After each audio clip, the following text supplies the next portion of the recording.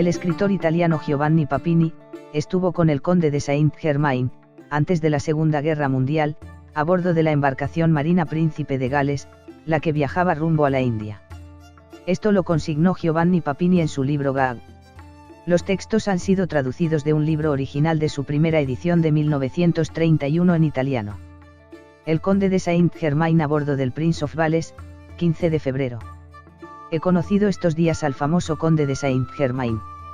Es un caballero muy serio, de mediana estatura, pero de apariencia robusta y vestido con refinada sencillez. No parece tener más de 50 años. En los primeros días de la travesía no se acercaba y no hablaba con nadie. Una noche que me hallaba solo en la cubierta y miraba las luces de Massaua, apareció junto a mí de improviso y me saludó. Cuando me hubo dicho su nombre creí que se trataba de un descendiente de aquel conde de Saint-Germain que llenó con sus misterios y con la leyenda de su longevidad todo el 700. Había leído hacía poco, por casualidad, en un magazine, un artículo sobre el conde, inmortal, y no fui cogido por fortuna desprevenido. El conde mostró satisfacción al darse cuenta de que yo conocía algo de aquella historia y se decidió a hacerme la gran confidencia. No he tenido nunca hijos y no tengo descendientes. Soy aquel mismo, si se digna creerme, que fue conocido con el nombre de conde de Saint-Germain, en el siglo XVII. Habrá leído que algunos biógrafos me hacen morir en 1784, en el castillo de Ekendoerde en el ducado de Schleswig. Pero existen documentos que prueban que fui recibido en 1786 por el emperador de Rusia. La condesa de Ademar me encontró en 1789 en París, en la iglesia de los Recoletos. En 1821 tuve una larga conversación con el conde de Chalans en la plaza de San Marcos de Venecia. Un inglés, Van Damme, me conoció en 1847. En 1869 comenzó mi relación con Miss Annie Besant. Miss Oakley intentó en vano encontrarme en 1900, pero, conociendo el carácter de esa buena señora, conseguí evitarla. Encontré algunos años después a Mr. Ladbeater, que hizo de mí una descripción un poco fantástica, pero en el fondo bastante fiel. He querido volver a ver, después de unos 60 años de ausencia, la vieja Europa. Ahora regreso a la India, donde se hallan mis mejores amigos. En la Europa de hoy, desangrada por la guerra y alocada en pos de las máquinas, no hay nada que hacer. Pero si las noticias que yo tengo son exactas, usted era ya más que un centenario en 1784, en la época de su presunta muerte. El conde sonrió dulcemente. Los hombres, respondió, son demasiado desmemoriados o demasiado niños para orientarse en la cronología. Un centenario, para ellos, es un prodigio, un portento. En la antigüedad, e incluso en la Edad Media, se recordaba todavía algunas verdades elementales que la orgullosa ignorancia científica ha hecho olvidar. Una de estas verdades es, que no todos los hombres son mortales. La mayoría mueren realmente después de 70 o 100 años, un pequeño número sigue viviendo indefinidamente. Los hombres se dividen, desde este punto de vista, en dos clases, la inmensa plebe de los extinguidos y la reducidísima aristocracia de los desaparecidos. Yo pertenezco a esa pequeña élite y en 1784 había ya vivido no un siglo, sino varios. Es usted, pues, inmortal. No he dicho esto. Es necesario distinguir entre inmortalidad e inmortalidad. Las religiones saben desde hace miles de años que los hombres son inmortales, es decir, que comienzan una segunda vida después de la muerte. A un pequeño número de esos está reservada una vida terrestre tan sumamente larga que al vulgo de los efímeros le parece inmortal. Pero así como hemos nacido en un momento dado del tiempo, es bastante probable que deberemos también nosotros, más pronto o más tarde, morir. La única diferencia es esta, que nuestra existencia media en vez de por lustros se mide por siglos. Morir a 70 años o morir a 700 no es una diferencia tan milagrosa para quien reflexiona sobre la realidad del tiempo. Ha hecho usted alusión a una aristocracia de inmortales. No es usted, pues, el único que goza de este privilegio. Si vuestros semejantes conociesen mejor la historia, no se extrañarían de ciertas afirmaciones. En todos los países del mundo, antiquísimos y modernos, vive la firme creencia de que algunos hombres no han muerto, sino que han sido arrebatados, esto es, desaparecen sin que se pueda encontrar su cuerpo. Estos siguen viviendo escondidos y de incógnito o tal vez se han adormecido y pueden despertarse y volver de un momento a otro. Vaya a Alemania y le enseñarán el Unterberg cerca de Salisburgo, donde espera desde hace siglos, en apariencia adormecido, Carlomagno, el Kyffhäuser, donde se ha refugiado, esperando, Federico Barbarroja, y el Södermerberg que hospeda todavía a Enrique el asesino. En la India le dirán que Nana Sahib, el jefe de la sublevación de 1857, desaparecido sin dejar rastro en el Nepal, vive todavía escondido en el Himalaya. Los antiguos hebreos sabían que al patriarca Enoch le fue evitada la muerte, y los babilonios creían la misma cosa de Asisadra. Se ha esperado durante siglos que Alejandro Magno reapareciese en Asia, como Amílcar, desaparecido en la batalla de Panormo, fue esperado por los cartagineses. Nerón desapareció sin someterse a la muerte. Y todos saben que los británicos no creyeron nunca en la muerte del rey Arturo, ni los godos en la de Teodorico, ni los daneses en la de Holger Dansk, ni los portugueses en la del rey Sebastián, ni los suecos en la del rey Carlos XII, ni los serbios en la de Kraljevic Marko. Todos estos monarcas se hallan adormecidos y escondidos, pero deben volver. Aún hoy los mongoles esperan el regreso de Gengis Khan. Una interpretación plausible de ciertos versículos del Evangelio ha hecho creer a millones de cristianos que San Juan no murió nunca, sino que vive todavía entre nosotros. En 1793, el famoso Lavater estaba seguro de haberle encontrado en Copenhague. Pero bastaría el ejemplo clásico del judío errante, que bajo el nombre de Ahasverus o de Butadeo, ha sido reconocido en diversos países y en diversos siglos y que cuenta actualmente más de 1900 años.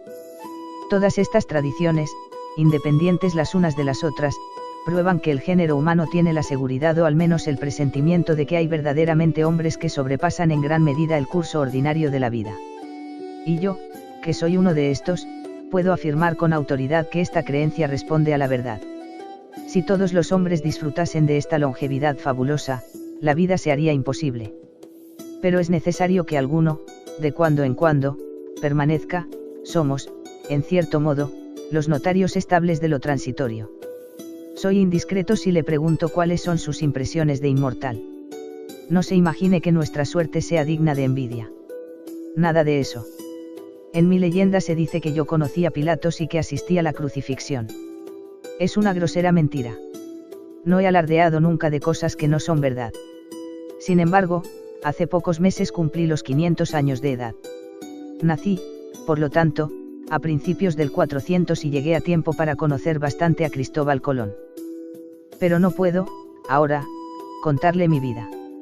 El único siglo en que frecuenté más a los hombres fue, como usted sabe, el 700, y puedo lamentarlo.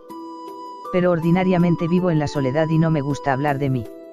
He experimentado en estos 5 siglos muchas satisfacciones, y a mi curiosidad, en modo especial, no le ha faltado alimento. He visto al mundo cambiar de cara, he podido ver, en el curso de una sola vida, a Lutero y a Napoleón, Luis XIV y Bismarck, Leonardo y Beethoven, Miguel Ángel y Goethe. Y tal vez por eso me he librado de las supersticiones de los grandes hombres. Pero estas ventajas son pagadas a duro precio. Después de un par de siglos, un tedio incurable se apodera de los desventurados inmortales. El mundo es monótono, los hombres no enseñan nada, y se cae, en cada generación, en los mismos errores y horrores, los acontecimientos no se repiten pero se parecen, lo que me quedaba por saber ya he tenido bastante tiempo para aprenderlo. Terminan las novedades, las sorpresas, las revelaciones. Se lo puedo confesar a usted, ahora que únicamente nos escucha el Mar Rojo, mi inmortalidad me causa aburrimiento. La tierra ya no tiene secretos para mí, y no tengo ya confianza en mis semejantes. Y repito con gusto las palabras de Hamlet, que oí la primera vez en Londres en 1594, el hombre no me causa ningún placer, no, y la mujer mucho menos. El conde de Saint-Germain me pareció agotado, como si se fuese volviendo viejo por momentos. Permaneció en silencio más de un cuarto de hora contemplando el mar tenebroso, el cielo estrellado. Dispense, me dijo finalmente, si mis discursos le han aburrido. Los viejos, cuando comienzan a hablar, son insoportables. Hasta Bombay, el conde de Saint-Germain no volvió a dirigirme la palabra, a pesar de que intenté varias veces entablar conversación. En el momento de desembarcar me saludó cortésmente y le vi alejarse con 3 viejos hindúes que se hallaban en el muelle esperándole. Hasta aquí el relato de Giovanni Papini de su libro Gag, el libro titulado Gag de Giovanni Papini fue editado por primera vez en el año de 1931. Por lo tanto, su encuentro con el conde de Saint-Germain aconteció antes de su edición en 1931. ¿Quién fue el conde Saint-Germain? El conde de Saint-Germain se rejuvenecía a voluntad y aparecía y desaparecía instantáneamente cuando menos se esperaba. El conde Saint-Germain hasta se daba el lujo de pasar por muerto, y entrar al sepulcro para escapar luego, con su cuerpo en estado de llinas. Por lo común, esos maestros que tragaron tierra, cumplen su misión en algún país, y luego se dan el lujo de pasar por muertos, para cerrar un capítulo de su vida inmortal. Saint-Germain, según las memorias de cierta aristocrática dama contemporánea de Luis XV, se le apareció hasta 1723, muchos años después, para predecir la Revolución Francesa y la trágica muerte de Luis XVI. Entonces Saint-Germain señaló a los pésimos ministros franceses y desafió sus iras haciéndose invisible a voluntad, e imprendible.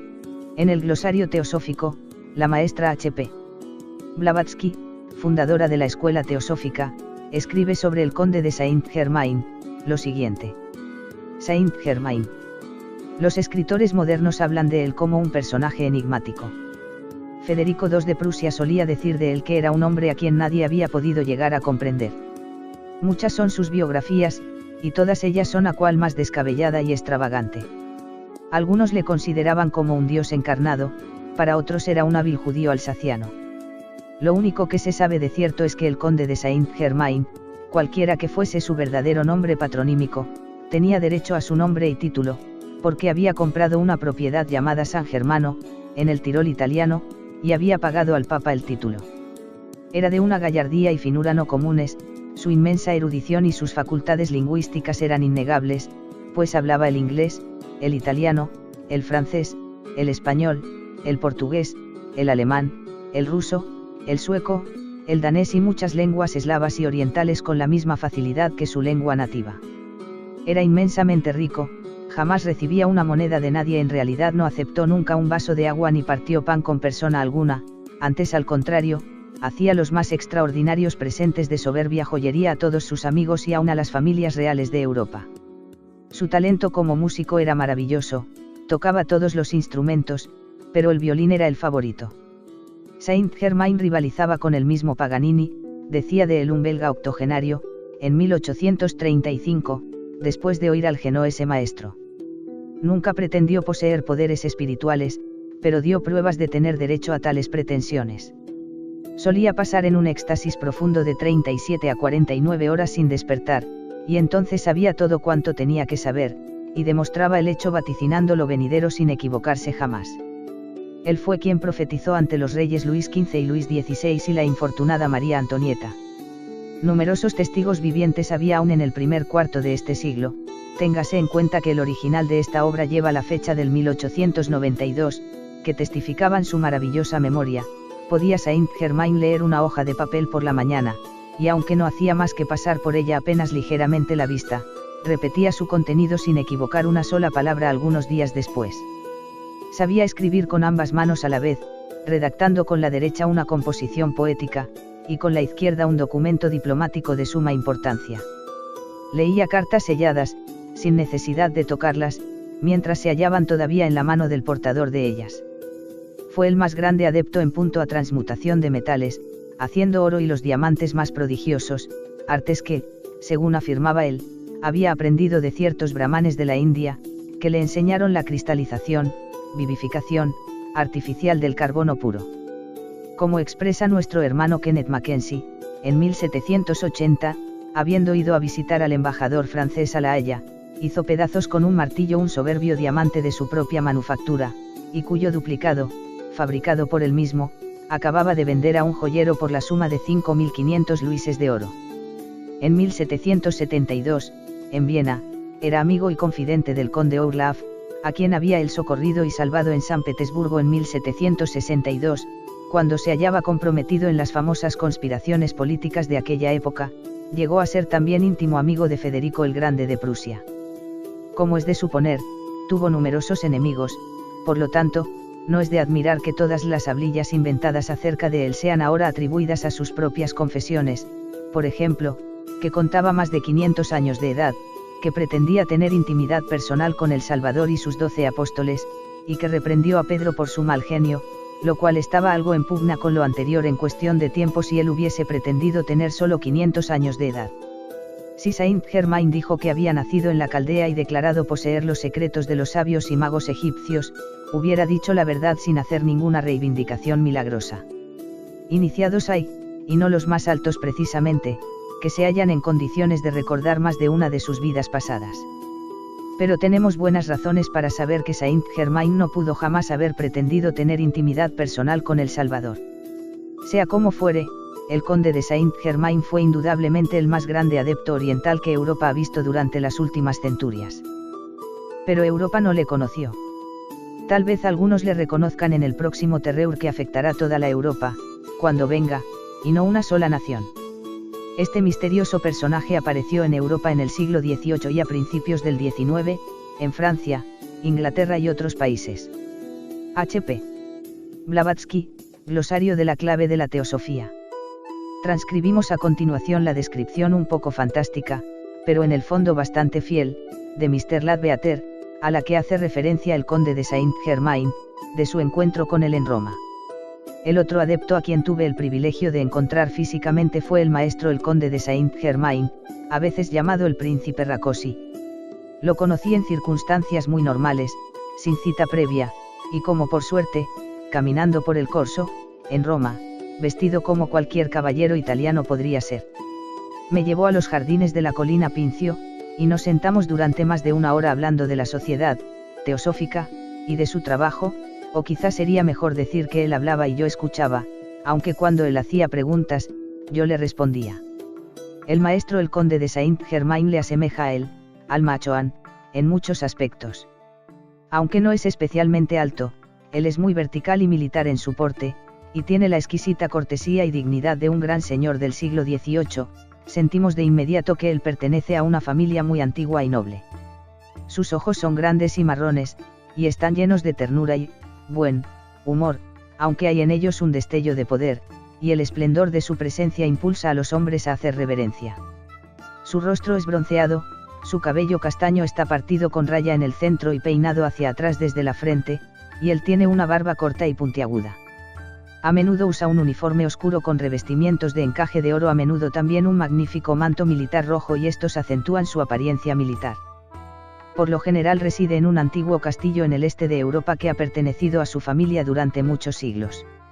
El jefe del séptimo rayo es el maestro el conde de Saint-Germain, conocido en la historia en el siglo XVIII, al que a veces llaman el maestro Rákosi, pues él es el último sobreviviente de esa casa real.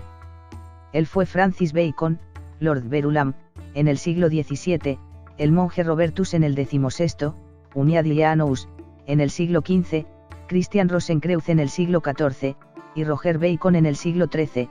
Él es el adepto húngaro de el libro, El mundo oculto. Más atrás en el tiempo fue el gran neoplatónico Proclo y antes Saint Alban. Él trabaja en gran medida a través de la magia ceremonial, y emplea los servicios de grandes ángeles, quienes le obedecen implícitamente y se regocijan en hacer su voluntad. Aunque él habla todas las lenguas europeas y muchos lenguajes orientales, gran parte de su trabajo está en latín, la lengua que es el vehículo especial de su pensamiento, y el esplendor y el ritmo de la misma es insuperable por cualquier cosa que conocemos hasta aquí. En sus diversos rituales él viste muchas y maravillosas coloreadas ropas y joyas. Él tiene un traje de cota de malla de oro, que una vez perteneció a un emperador romano.